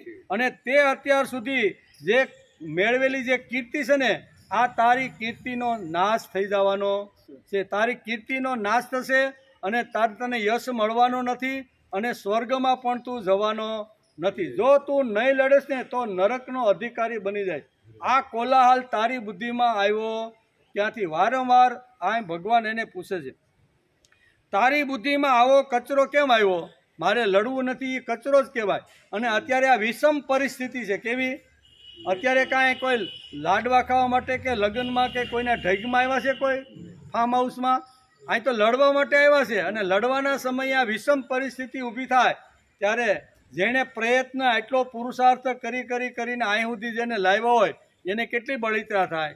એટલે ભગવાન બળિતરા કરવા લાગ્યા. હું કે અત્યાર સુધી આને સમજાવી પહોલાવી પટાવીને એની જે અગવડતા હતી બધી દૂર કરતો એને ધર્મ રાજ્યની સ્થાપના માટે તો મારો જન્મ થયો છે અને હવે અણી ઉપર આવીને એમ કહે છે કે હવે મારે લડવું નથી. એમ કે તારી બુદ્ધિમાં આવો કચરો કેમ આવ્યો? આપણા જીવનમાં પણ કસ્મલ કચરો ઘણીવાર આવી જાય. જેમ અહીંયા અર્જુનના મગજમાં કચરો ઘૂસી ગયો એમ આપણા મગજમાં પણ ક્યારેક કચરો ઘૂસી જાય છે. આપણા જીવનમાં પણ ક્યારેક કશ્મલ એટલે કચરો આવે છે. સૂર્ય પાસે કચરો કે કોલાહલ નથી. આપણી બુદ્ધિમાં આ કોલાહલ કે કચરો ક્યારે આવવો જોઈએ ને આવે ત્યારે પ્રભુનું સ્મરણ ચાલુ કરી દેવાનું. ત્યારે આડોઆડું મન ભાગવા માંડે અને મનમાં કચરો એકઠો થવા માંડે ને તો પ્રભુનું સ્મરણ કરી દેવાનું. અને પ્રભુનું સ્મરણ જો શરૂ કરશું ને તો ભગવાનને અહીં શું કહેવાય, અહીંયા પાપને પણ ખબર પડી જશે કે હવે મારે અહીંયા ઝાઝી ઘડી રહેવાય નહીં. કારણ કે આણે પ્રભુનું સ્મરણ કર્યું છે અને પાપની જગ્યાએ એ ભગવાનને પોતાના હૃદયમાં બેસાડવા માગે છે. તેથી કોલાહલ થાય, કચરો આવે, કશ્મલ આવે ને ઘણીવાર આપણે મનુષ્ય છીએ, આપણે કાંઈ દેવ નથી, આપણે કાંઈ ભગવાન નથી કે કોઈ દે આવું કાંઈ આવે જ નહીં. ગમે એવો સાત્વિક માણસ હોય તો ખૂણે ખાસ કે ગમે ત્યારે કંઈ જોવે, કંઈ સાંભળે અથવા કોઈના શબ્દો આવી ત્યાં કાન પાસે અથડાય ત્યારે ઘણીવાર કશ્મલ પેદા થાય, કચરો આવી જાય છે. ત્યારે અહીંયા ભાગવતકાર આપને સમજાવે છે અને ઉદ્ધવને પણ આ જ વાત સમજાવે છે કે જ્યારે જ્યારે માણસના જીવનમાં કશ્મલ કચરો આવે ને ત્યારે સૂર્યની ઉપાસના શરૂ કરી દેવી જોઈએ. સૂર્યનું કામ એવું છે કે આપણી અંદર રહેલો કશ્મલ કચરો જે છે ને એ બધો સાફ કરે છે. તેથી હમણાં બાપને બધાને ખબર છે ભાદરવો મહિનો જશે અને શ્રાવણ મહિનો આવશે. શ્રાવણ તો ગયો એટલે આમ છે જો ભાઈ, એટલે ભાદરવો જશે ને આસુ મહિનો આવશે ને એટલે આસુ મહિનાની અંદર બધી જ બહેનો ઘરમાં કાંઈ નાના મોટા ગોદડા કે જે કાંઈ છે ને એ બધું ક્યાં નાખશે, તડકે હુકવવા નાખે ભાઈ. કે આમાં ભાઈ 8 મહિનાથી આવી રીતના આ પડેલા હતા, એના ઉપર ભેજ આ તે રીતનું વાતાવરણ હતું, તેમાં નાની નાની જીવાતો હોય તો કાઢવી પડે કે નહીં, તેથી એને તડકે તપાવવું પડે. એટલે ભાદરવો જાય અને આહુ મહિનો આવે અને આસુ મહિનામાં બરોબર ધોમ ધકતો તડકો હોય અને ભૂરવા હોય, એટલે ભૂરવા હોય એટલે ગમે તેવું સૂકું હોય તો પણ સૂકું, ભીનું હોય તો સૂકું કરી. એટલે સૂર્યનું આ કામ છે. સૂર્ય મૂળ વસ્તુ આ છે કે અંધારાની પૂજા ચાલે છે. જેમની પાસે દ્વેષ, મત્સર, દૈન્ય છે તેમની પ્રેમનો પ્રકાશ લઈને જવાનો પ્રયત્ન કરવો. ઘણા લોકોમાં રાગ, દ્વેષ, મત્સર આવી રીતનું હાલતું હોય તો એની પાસે સૂર્યનું જે તેજ છે, સૂર્યનો જે પ્રકાશ છે, સૂર્યના જે ગુણો છે ને એ ગુણો એની પાસે લઈને જવાનો પ્રયત્ન કરવો. આને ખરા અર્થમાં સૂર્યની ઉપાસના કહેવાય છે. સૂર્ય બધા પાસે જાય છે અને બધું કામ કરે છે. ના ના, હવે પાકિસ્તાનમાં મારે જવાનું નથી, મારે આરબ કન્ટ્રીમાં જવાનું નથી ભાઈ, એ તો બધી જગ્યાએ જાય અને બધી જગ્યાએ જે કાંઈ એવો કચરો હોય ને એ કચરાને સાફ કરવાનું કામ કરે છે. આશા અને ઉત્સાહ પહેલાં આપણા જીવનમાં લાવવાનો પ્રયત્ન કરવો જોઈએ.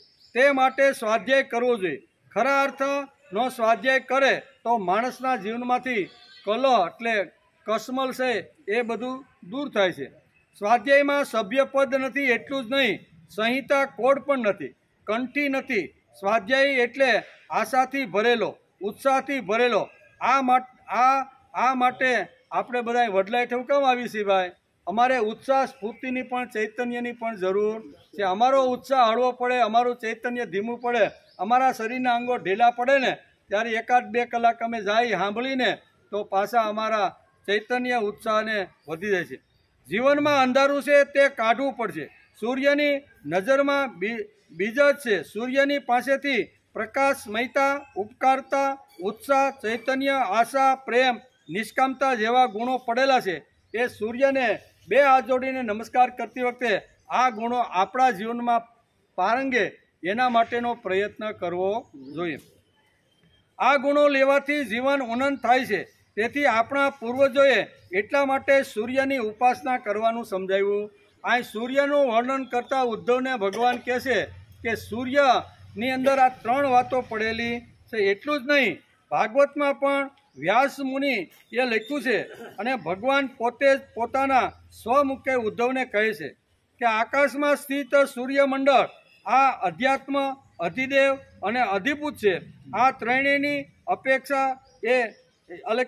અપેક્ષા એ મુક્ત છે. 3થી મુક્ત થવાનો માણસે પ્રયત્ન કરવો જોઈએ. અને આ બધા જ ગુણો અહીંયા ભાગવતકારે સૂર્યની અંદર મૂકી દીધા છે. આજે તો ફક્ત બ્રાહ્મણોને માટે સંધ્યા રાખી છે. વાસ્તવમાં બધા વર્ણો માટે સંધ્યા હતી અને સૂર્ય દર્શન કરતી વખતે સૂર્યને પાણીથી જ આપણે અર્ધ્ય આપતા માતા. કોઈ પણ નદીમાં સ્નાન કરવા માટે જાય ઘેરે હોય તો આપણે લોટાથી સૂર્યને આપી, એમાં પાણી હોય છે ને, એટલે જલદેવથી સૂર્યની આપણે પૂજા કરતા હતા. સૂર્ય પાસે નિષ્કામતા છે, તે કોઈ પાસેથી કંઈ માગતો નથી, છતાં સતત કામ કરે છે. સવારે નમસ્કાર કર્યા કે ન કર્યા, પણ એ પોતાનું કામ તો કરતો રહેલો. સવારે ઉઠી 2 હાથ જોડીને સૂર્યને નમસ્કાર કરો કે ન કરો, એનું કામ તો પરોપકાર વૃત્તિનું છે. પરોપકારાય ફલંતી વૃક્ષા, પરોપકારાય વહંતી નદ્યા, પરોપકારાય વિભાતી સૂર્ય, વિભાતી એટલે ઉગવું, પરોપકારાય વિભાતી સૂર્ય, પરોપકારાય સદૈવ કાર્ય. આ સૂર્ય પાસેથી પરોપકારનો ગુણ લેવા જેવો છે. એ તમે યાદ કરો ન કરો, નમસ્કાર કરો કે ન કરો, પણ એ 1 સેકન્ડની અંદર 2 લાખ ટન કેલેરી અત્યારે સૂર્ય શક્તિ ઉપરથી ફેંકતો રહેલો છે. અને એનાથી અમારા વૃક્ષ છે, વનસ્પતિ છે, પશુ પક્ષી અને માનવજાત જે છે ને, એનાથી હરીફરી શકે છે, આનંદ કિલોલ કરી શકે છે. એમ કે આપણે સૂર્યને નમસ્કાર કરીશું તો ભગવાન પાસે આપણી કૃતજ્ઞતાની નોંધ થશે. તેને આપણે પાસેથી કંઈ માગવું નથી. કેટલાક લોકો રિટાયર થયા પછી સામાજિક કામ કરે અને કહે, હવે હું માનદ કામ એટલે કે હોનરરી વર્ક કરું છું. તેમાં પણ માનની માગણી ઊંડે તો હોય જ છે. એમ એકાદ કામ એવું કરી દેખાડો કે જેની પછવાડે કોઈ સ્વાર્થ નથી. એકાદ કામ તો એવું કરવો તો કે આ કામ કર્યા પછી મને કાંઈ મળવાનું નથી, માગણી કે અપેક્ષા નથી, તો તેને સૂર્યનો ઉપાસક કહેવામાં. સૂર્ય પણ કીધા વગર માગ્યા વગર આપણા અનેક પ્રકારના અપેક્ષા રાખ્યા વગર કામ કરે છે. એવું એકાદ કામ આપણે પણ અપેક્ષા રાખ્યા વગર કરી દેવું જોઈએ, તો એને આપણે ખરા સૂર્યના ઉપાસક કહેવાય. સૂર્યના ઉપાસકે ફક્ત અર્ધ્ય આપવાના નથી. જૂના કાળમાં બ્રાહ્મણો સૂર્યને અર્ધ્ય આપતા હતા. તેમાં ચૈતન્ય, ઉત્સાહ, સ્ફૂર્તિ કોઈને આપવાના છે. બરાબર ને? પાણીની અંદર શું છે? જલ તત્વની અંદર આ 3 ગુણો રહેલા છે. અને જલથી જ ભગવાન સૂર્યદેવને અર્ધ્ય આપવામાં જૂના કાળમાં આવતું હતું. આજે પણ આપણે કોઈ નર્મદા કે તાપીના કિનારે જઈ અને સ્નાન કરી ત્યારે લોટો ભરીને પહેલો સૂર્યને આપણે અર્ધ્ય આપી છે. એ જે પાણીથી આપણે જે અર્ધ્ય આપીએ છીએ, એ પાણીની અંદર ઉત્સાહ, સ્ફૂર્તિ અને ચૈતન્ય છે. આપણે સવારમાં ઉઠ્યા આળસ થતી હોય તો બાથરૂમમાં જઈને નાહી અને આંખમાં પાણીના સાપા 50-60 નાખી દઈ ફટ, તો આપણે ચૈતન્ય આવી જાય કે નહીં? તો પાણીનું કામ શું છે કે આવી રીતનો જે માણસની અંદર જે ચેતનહીન જે પડ્યો છે, એની અંદર ચૈતન્ય પૂરવાનો, ઉત્સાહ પૂરવાનો અને સ્ફૂર્તિ પૂરવાનો ગુણ છે. અર્ધ્યમાં પાણી આપવાનું છે. પાણીનો અર્થ જ ઉત્સાહ, સ્ફૂર્તિ અને ચૈતન્ય છે.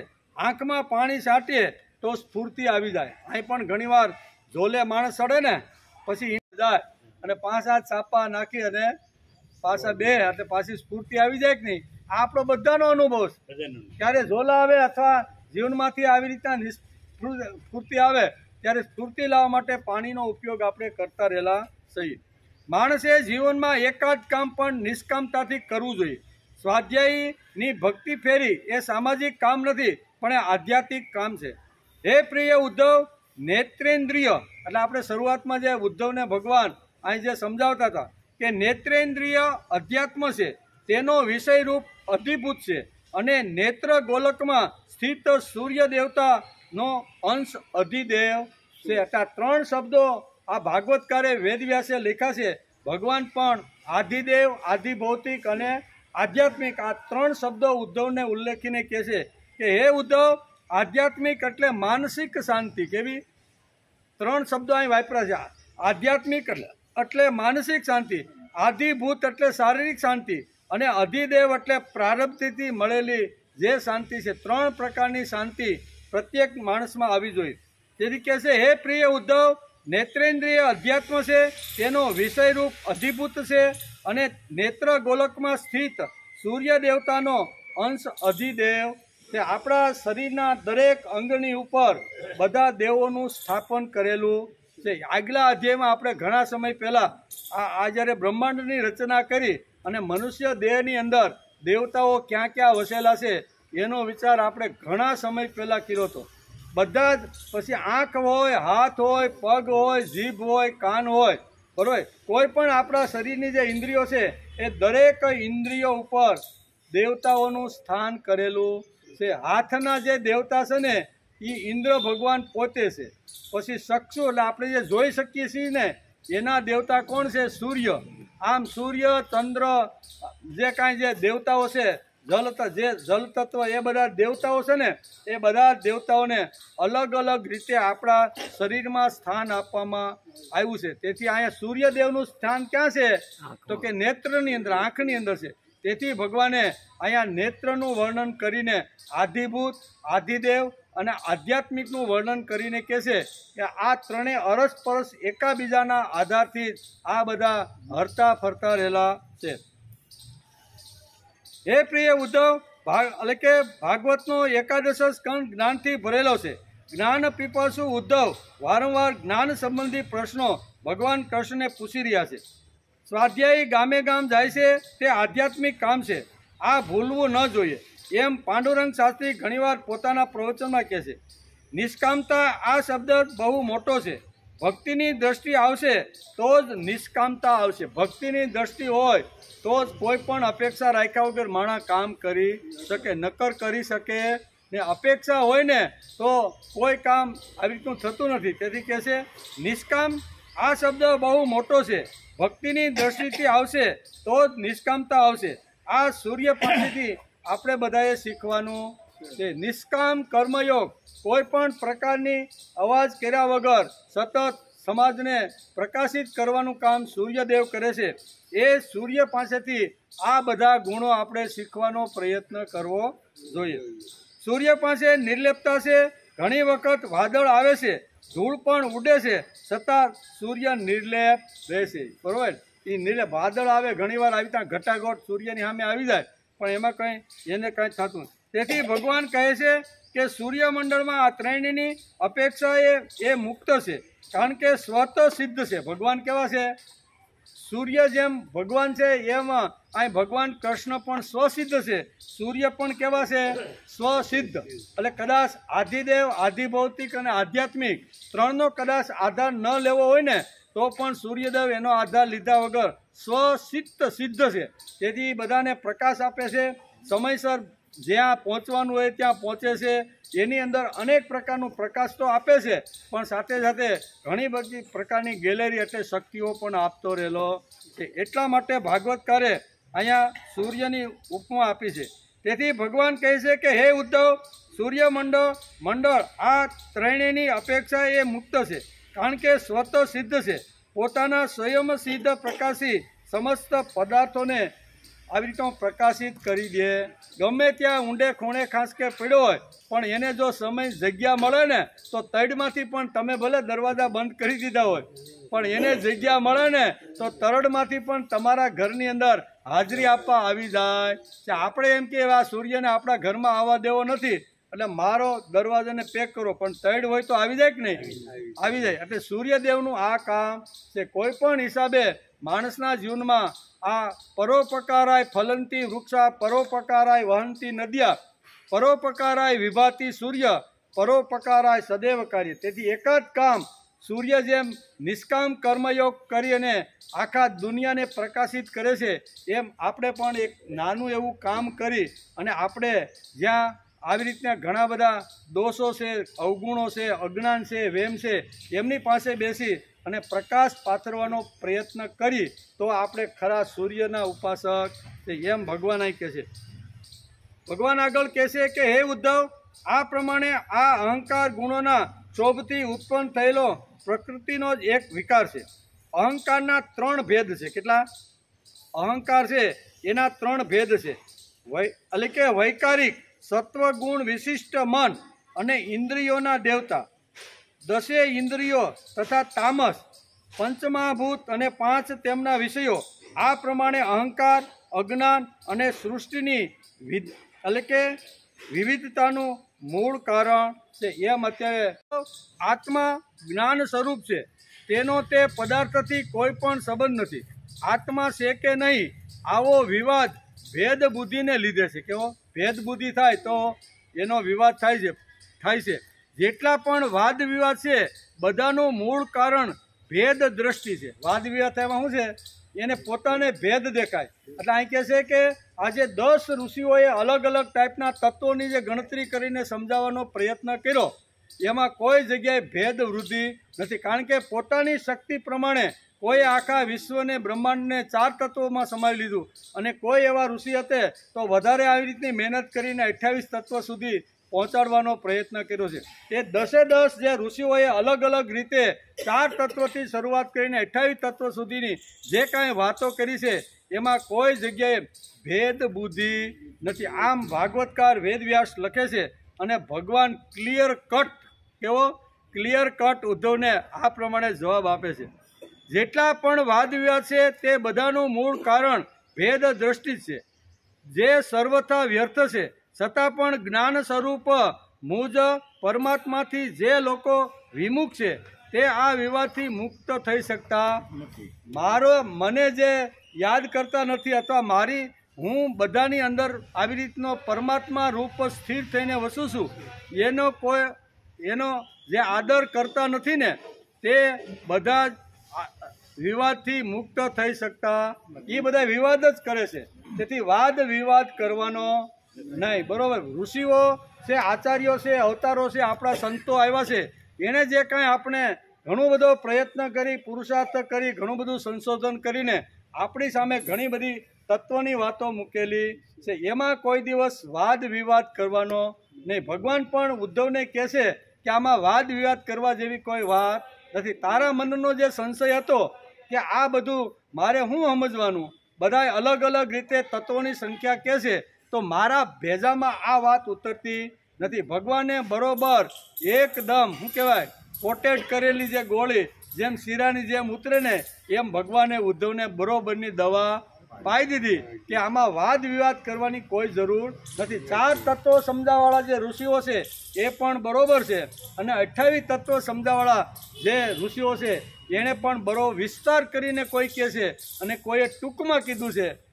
પણ બધું તો બ્રહ્માંડની રચનાની અંદર આ બધા તત્વો કોઈએ 4માં બાંધ્યા છે અને કોઈએ 28માં બાંધ્યા છે. બધી જ વાતો સત્ય છે. આ બધી જ વાતો ભાગવતકાર વેદવ્યાસ લખે છે, અને ભગવાને સરસ મજાના એની બુદ્ધિની અંદર જે કાંઈ સંશય ઊભો થયો હતો, જે કાંઈ તકરાર ઊભી થઈ હતી, જે વાદ વિવાદ ઊભો થયો હતો ને એનું સંપૂર્ણ રીતે અહીંયા 33 શ્લોકની અંદર એને સુંદર રીતે ભગવાને બહુ સરસ રીતે બુદ્ધિમાં ઉતરે, અને લસપસતો ઘીમાં બનાવેલો જે શીરો હોય ને એ શીરો જેમ ઉતરી જાય પેટમાં, એમ અહીંયા ભગવાને ઉદ્ધવના બુદ્ધિમાં આ શીરો ઉતારી. આમ કરી અને ઉદ્ધવના જે કાંઈ પ્રશ્ન હતા એ ભગવાને અહીંયા આપ્યા. પાછો ફરીથી ઉદ્ધવને એક પ્રશ્ન થાય. ઉદ્ધવજીએ પૂછ્યું, ઉદ્ધવ ઉવાચ સ્વતત પરવૃત્તિ સ્વકૃતે કર્મભિ પ્રભુ ઊંચા વચ તથા દેહાન ગુહ્યંતી વિસૃજંતી સ તન્મ માખ્યા હિ ગોવિંદ દુર્ભિ ભાવ્ય મતાદ્વિ ચેયત પ્રાયસો લોકે વિદ્વાંસ સંતિ વેગ્યતિ. 2 શ્લોકની અંદર ઉદ્ધવ ભગવાનને અહીંયા ફરીથી પ્રશ્ન પૂછે છે કે તમે મને વિદ્યા અવિદ્યા, પ્રકૃતિ અને પુરુષ, પછી સ્મૃતિ અને વિસ્મૃતિ, આ તમે જે મને પ્રશ્ન પૂછ્યો તો એ ભગવાને એને સમજાવ્યો. એ ક્લિયર કટ થઈ ગયો કે ના તમે મને પ્રકૃતિ અને પુરુષના જે ગુણોનું જે વર્ણન કર્યું એ મને સમજાઈ ગયું છે. પણ બીજો એક મારો પ્રશ્ન પાછો છે, કારણ કે 11 સ્કાંદ આખો જ્ઞાનથી ભરેલો છે. ઉદ્ધવ અહીંયા સંવાદ આલે છે. કોનો? ભગવાન શ્રી કૃષ્ણ અને ઉદ્ધવના કંઈક પ્રશ્નો છે, એ પ્રશ્નના ભગવાન જવાબ આપે. ઉદ્ધવે પ્રશ્ન કર્યો કે હે ભગવાન, આપથી વિમુખ જીવ પોતાના કરેલા પુણ્ય પાપોના ફળરૂપ ઊંચી નીચી યોનિમાં જતા આવતા રહે છે. કેવા બહુ સરસ પ્રશ્ન છે. હું પૂછો સ્વતઃ પરવૃત્તિય સ્વકૃતે, એટલે કે એનો અર્થ થાય કે હે ભગવાન, આપની તમારાથી વિમુખ થઈ ગયા છે. તમે યાદ કરતા નથી, તમારું સ્મરણ કરતા નથી. તમે જે આવી રીતનો નિષ્કામ પ્રેમ જેમ માણસ ઉપર કરો છો તો એ પણ આવી રીતનો કરતો નથી. આવા જીવનું વર્ણન અથવા એવો પ્રશ્ન ભગવાનને અત્યારે ઉદ્ધવ પૂછે છે કે હે ભગવાન, આપથી વિમુખ થઈ ગયેલો જીવ કોઈ દિવસ આટલું બધું તમે એના માટે કરો છો, તમે સવારે ઉઠ્યા પછી એને સ્મૃતિ આપો છો, બપોરે જ્યારે જમે છે ત્યારે ખાધું પચાવી લોહી બનાવીને અંગૂઠાથી માથા સુધી તમે વહેતું કરો છો.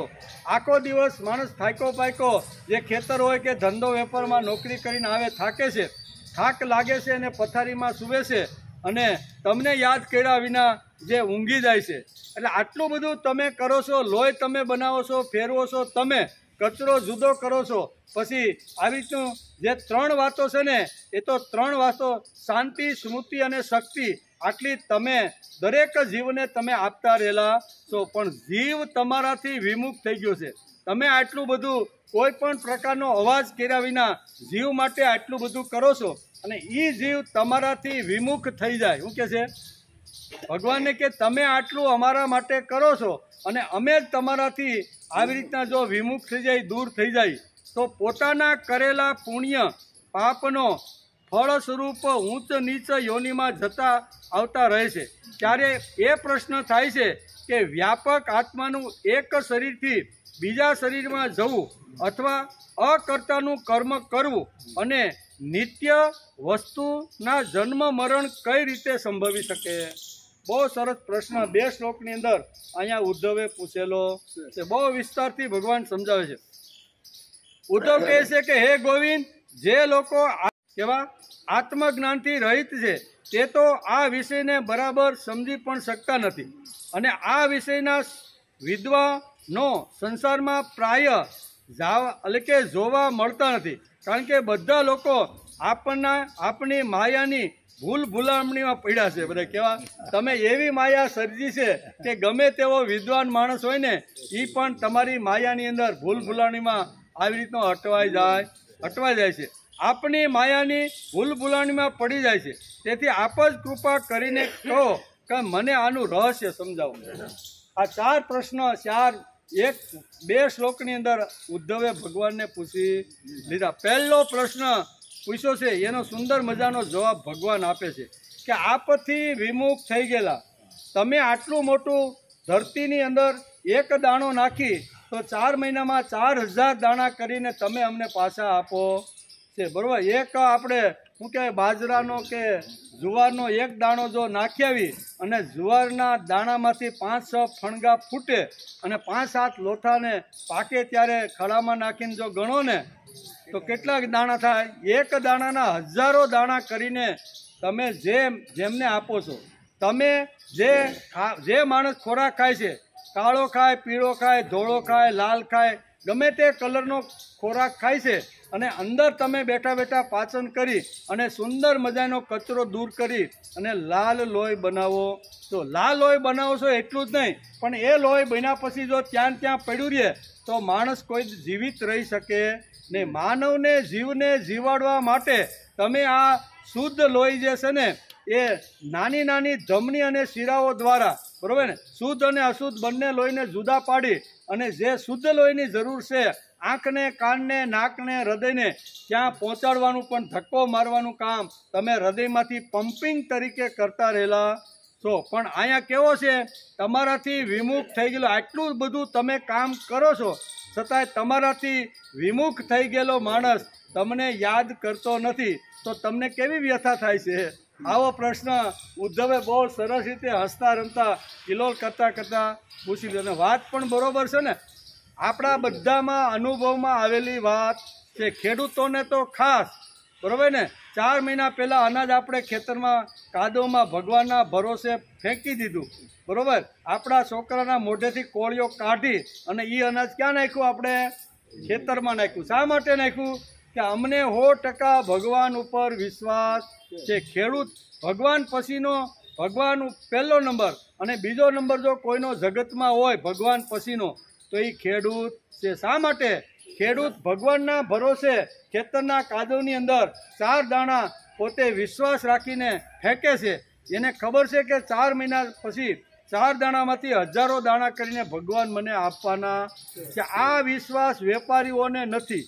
વેપારીઓની ફેક્ટરીમાં કદાચ ઘણું બધું નુકસાન આવી ગયું હોય ને તો છોકરાને કહીએ ભાઈ મારી દઈએ તાળા, આ નુકસાન આપને પહોંચતું કહીએ કે નહીં. સામાન્ય વેપાર ધંધો નોકરી કરતા હોય અને ઘણા લાખો અને કરોડો રૂપિયાનું નુકસાન 2 વર્ષમાં ગયું હોય અને સરવૈયું જ્યારે કાઢે ત્યારે બાપ પૂછે કેમ છે, બાપા બધું ધોવાણ થઈ ગયું છે. તો કઈ નહીં ભાઈ બંધ, હું કે આપણે પણ આવી રીતનું બંધ કરી દઈએ સહી, પણ ખેડૂત કોઈ દી બંધ કરતો.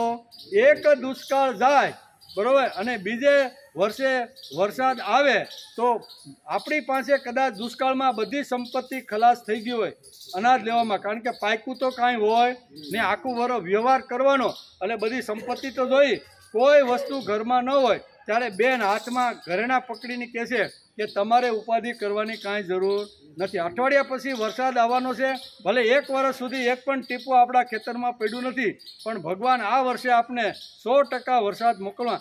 આ ઘરેણા બજારમાં વેચી આવો અને એનું ખાતર બિયારણ તમે લઈ આવો, કરેક્ટ નહીં? આ બધું આપણા અનુભવમાં આવેલું છે. એટલે ભગવાન પછીનો કોઈનો બીજો નંબર જો આપવાનો હોય ને ભગવાન પછી, તો એ ફક્ત ખેડૂતને જ આપી શકાય. કે વેપાર ધંધામાં નુકસાની જાય તો ફટ નાના તાળા લાગી જાય કે ભાઈ આપણે આ ધંધો કરવો નથી, પણ આ 1 વર્ષ તાળું લાગ્યું દુષ્કાળનું, બીજે વર્ષે વિચાર કરે છે કે આપણે વાવવું નથી એવું વિચાર કરે. અરે ઉસીના પાસીના ગમે એમ કરીને કાંઈ મૂડી ઘરમાં જે કિંમતે વેચીને પણ બિયારણ લાવી અને ભગવાનના ભરોસે પાસે બીજે વર્ષે આવીનું કાદવમાં નાખે કે નહીં. એટલે ભગવાન ઉપરનો 100%નો જો કોઈને વિશ્વાસ હોય ને તો એ ફક્ત ખેડૂતને છે. તેથી અહીં બહુ સરસ મજાનું સુંદર કે આટલું મોટું જીવ માટે તમે કામ કરો છો, આટલું જીવ માટે તમે ઘસાવશો, જીવ માટે તમે આટલું સહન કરો છો, પણ છતાંય એ જીવ તમારાથી વિમુખ થઈ અને તમને ક્યારેય જો યાદ ન કરતો હોય તો તમને કાંઈ વ્યથા થાય ખરી કે નહીં? આવો હળવેકથી પ્રશ્ન અહીંયા ઉદ્ધવ કોને પૂછે છે? ભગવાનને આ પ્રશ્ન પૂછી લે છે. એટલે કહે છે કે હે ભગવાન, આપથી વિમુખ જીવ પોતાના કરેલા પુણ્ય પાપોના ફળ સ્વરૂપ ઊંચી નીચી યોનિઓમાં જતા આવતા રહે છે. ત્યારે પણ એ જ પ્રશ્ન થાય છે કે વ્યાપક આત્માનું એક શરીરથી બીજા શરીરમાં જવું, અર્થાત અકર્તાનું કર્મ કરવું અને નિત્ય વસ્તુમાં જન્મ મરણ કઈ રીતે સંભવી શકે? હે ગોવિંદ, જે લોકો આત્મજ્ઞાનથી રહિત છે તે તો આ વિષયોને બરાબર સમજી પણ શકતા નથી, અને આ વિષયોના વિદ્વાનો સંસારમાં પ્રાય જોવા મળતા નથી, કારણ કે બધા લોકો આપની માયાની ભૂલ ભૂલામણીમાં પડેલા છે. તેથી આપ જ કૃપા કરીને મને આવું રહસ્ય સમજાવો. ઉદ્ધવ કહે છે કે ભાઈ બધાય ભૂલ ભૂલામણીમાં પડેલા છે, આપણે પણ આ પ્રશ્ન સાંભળી અને આપણે પણ ભૂલ ભૂલામણીમાં પડી જાય એવું એક આનો જવાબ આપણે શું કરવાનો, શું ગોતવાનો? ભગવાન અહીંયા ઉદ્ધવે તો પ્રશ્ન પૂછી નાખ્યા, પણ કાંઈ વાંધો નહીં, આપણે ભગવાનને કહીએ કે આવતીકાલે અમે આવશું ને ત્યારે આમાં તમે વિશેષ આગળ ઉદ્ધવને કેવી રીતનો જવાબ આપો છો ને એનો વિચાર આપણે આવતીકાલે